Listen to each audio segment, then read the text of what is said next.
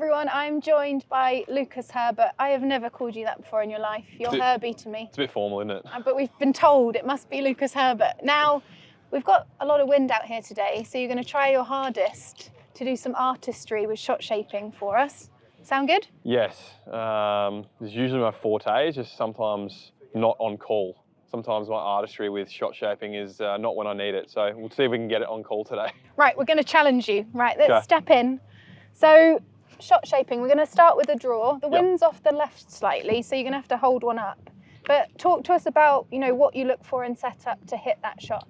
Yeah, it kind of depends a little bit on what sort of draw you're trying to hit, whether you want it to like really go quite hard and a long way, or whether you want it to hold up into the wind and kind of stall on you. But I think like just very simply, you literally just need your club face to be pointed left of your path, wherever that needs to be. So, if we stand here, we think we've got a back left pin, we want to land it, middle of the green and have it feed back towards that pin. We're not too worried about getting it up in the air and spinning it too much. So club face first? Yeah, I would get the club face quite shut to where I'm aiming. Yeah. So the club face is probably still open to the target, but I'm going to aim a long way right. We're going to swing a long way right, but to our eventual target, it's going to be open to that.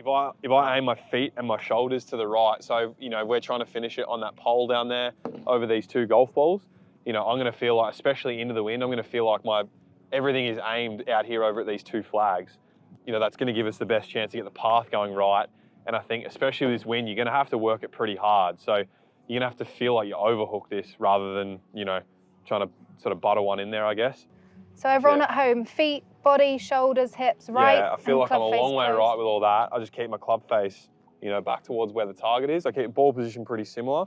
I just try and commit to like swinging out on that path and just letting everything kind of naturally work as it ordinarily would. Just like that. I think that's key for everyone at home to exaggerate, isn't it? Because feel and real are very different. Yeah. And are you not thinking technically at all there? You're just thinking about the path and face relationship? Yeah, this is probably the most technical I get actually explaining this to you, because for me, I just I picture the shot, stand there and kind of just wiggle around until I feel like, yep, I'm in a position where I can hit that shot. I don't like to think about it too much at all. So yeah, it's fine. It's actually probably good for me to understand even what I'm doing. And numbers-wise, you're perfect. Path, out to the right, face slightly closed. Let's go for a fade now. Yep. So again, it'd be the same conversation around like, how much distance do I want out of this fade? Do you need it to bounce and roll back there? Do you need it to pull up, pretty quick? We go into a front right pin where we're trying to really cut one in and, maybe even pull it back towards that front right pin. Wind off the left's going to make my job a lot easier today, because I know there'll be a few of my mates at home will be saying this fade will be a push draw. But for me, I don't really see start lines too well. So a fade, I have to aim a long way left, because I'm great at starting my fade where I want it to finish. So I try and aim a ton left and give myself a lot of room, and then that way I feel like I can almost make a bit of a draw swing, but just leave my club face open. That would kind of be my thinking, and maybe just ball position probably a touch further forward as well to allow myself to start it left and to kind of give the path more of a chance to be going left, more spin, just everything like that, all the kind of good stuff I like. And how about the club face? You say just leaving it slightly open through impact? Just slightly open, yeah, but again, like I'm so good at missing my fades so far right that I don't mind it being pretty square. And like, I think even when I'm playing well, sometimes I'll set it up a little shut. I can feel like I can do a lot with my hands to feel like I hold it off rather than doing too much of the swing. So yeah, because there's nothing worse than trying to hit a fade and it's starting right. That is, yeah, potentially the worst thing you can do. Oh, that's needs some help. Wind's trying to help it. It's still good though. Nah. So again, I'll go one more. Feet left, club face slightly open, and I think you gave another good tip for everyone at home there. Like, your tendencies. Yeah. And that people need to go and get to the range, don't they, and work out what they do. If you're trying to hit a fade and you don't fade it enough, you're in trouble. Generally, a fade, you're trying to get it to something on the right side, and overcutting it is the worst thing you can do. So that shot there, not a great shot, but we'd much prefer to miss a fade 40 feet left than 15 feet right most of the time. Let's see another one. So feet left, face slightly open. Even a touch weak in the grip as well.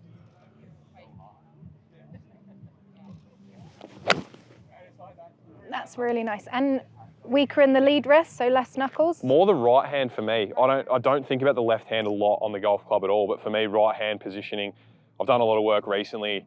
I probably went too weak with the right hand for a long time. So it almost just feels like getting it back to a comfortable position for me to just see that fade a little bit easier. And then I almost feel like I strengthen it to get it back to a neutral position just to hit a straight ball. You're giving people so much here, Herbie. Right, and the one everyone wants to see, the stinger. Yeah. Especially, I think you're going to need it this week. Look, I think for me, with a stinger, if we want to get the thing low and running, I'm going to move it probably just forward to center. So I probably don't want it at a point where I'm hitting down on the ball, but you know, a lot. I think you'll see an angle of attack that's down, but I'll probably want, I guess my feeling for a stinger is the hands forward, but the angle of attack neutral. So it's like you're shallowing out a lot, but with shaft lean, you keep the loft off the club. That's kind of my feel. Yeah, you'd have it just slightly forward to center. And then I actually have a bit of a feel in the right knee. It's almost like you just keep your right knee in here. And that's you trying to almost hit it under something. Yeah. Ah, that's the one. I think it's so interesting, the stinger, because I think a lot of people move it too far back to try and hit it low, but you say you've just moved it a couple of balls further back. Yeah, you can move it all the way back here if you want, but I just think you're going to get a counterproductive ball flight that just spins too much. So keeping it low is great out of the wind, but if you spin it, you're defeating the purpose of hitting the shot. Yeah, so that's a great tip for everyone at home. For me, it's like you want to hit it as low as you can, taking as much spin off it as you can. If you can't do that, if you've got to hit it too hard and spin it too much to keep it that low, you need to go up a club. You know, obviously 4-iron, you're gonna have to go up to a wood, but like I was saying before with a 7-iron, if I'm stood there at 170 yards and I'm just trying to flight something down, if I need to hit it too hard to actually get it that distance, I need to go up a club. Do you change the tempo of your swing at all? Generally a stinger, you're gonna be hitting it into the wind, right? So you're trying to keep it as soft as possible. So look, there might be a time when you do need to hit one pretty hard, but I generally would try and keep it, a nice rhythm. Yeah, just a nice, smooth rhythm. Let's see one more. Go on, let that right knee go. Hit that low one. Probably, I think with a stinger as well, you're going to feel it turn over a little right to left. So just like that.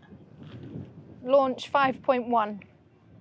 Angle of attack 9. Club path 0. Money. Happy with that? Absolute money. Happy with that, Coach? You're an absolute artist. Draws, fades, stingers. What else you got? Or should we finish it there? Do we have to go the opposite? We've got to go high? Go on, get high in there as well. With a 4-iron? Again, tendency for me when I try and hit one high is I pull it. So I aim a little right to begin with. And it probably comes about from the next thing as well, which is you're going to move your ball position up. So when you do that, you're obviously catching it further in the left path swing, so it's going to come out a little left. And I think I would feel almost like you're doing a fairway bunker. You try and hold, I feel it in my sternum, but you try and hold your height. You know, you never want to dip down into it too much.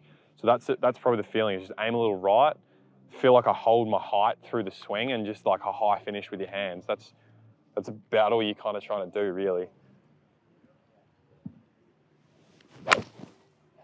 Money. I think the biggest thing we can all take from this is how much setup is dictating impact. So absolute money.